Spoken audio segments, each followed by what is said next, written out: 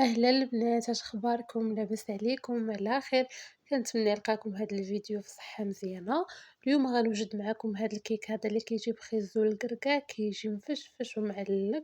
غادي ندوزو نتعرفوا على مكونات هاد الكيك.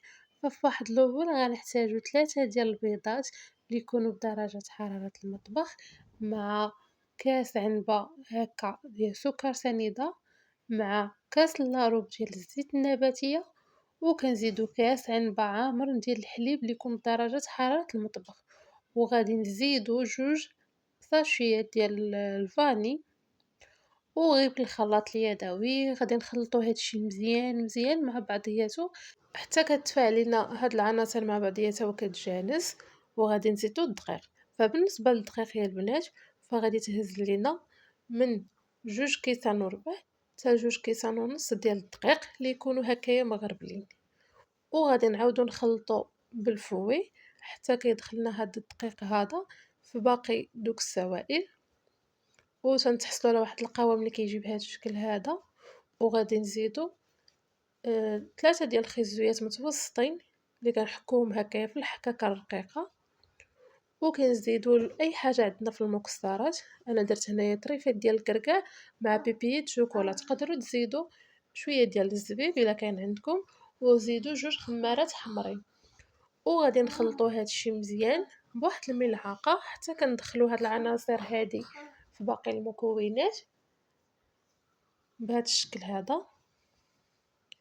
وكنجيبوا واحد المول اللي غادي ندخلوه للفران، كندهنوه من قبل بشويه ديال الزيت اولا الزبده، كنرشوا عليه شويه تاع الدقيق، وكنخويو الخليط ديالنا. كيف كتشوفوا الخليط كيجي هكايا ثقيل.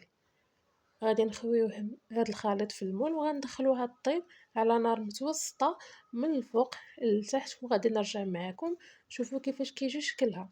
هنا من بعد ما طابت ما شاء الله، شوفوا ليا كيفاش كتجي، راها تحمرات وراها ما كتلصق ما والو يا البنات.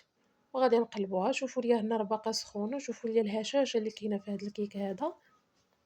هنا زينتها بعد ما بردات. شوفوا ليا يا البنات كيفاش كتجي هكايا رطبه، وانايا كنقطعها يعني راها باينه بلي راها رطبه وكتجي مفشفشه ومعلكه، فيها واحد المذاق يا البنات اكثر من رائع. غير جربوها، داك المذاق ديال الخيزو ودوك الطريفات ديال الكركاع والشكلاط كيعطيوها واحد المذاق زوين.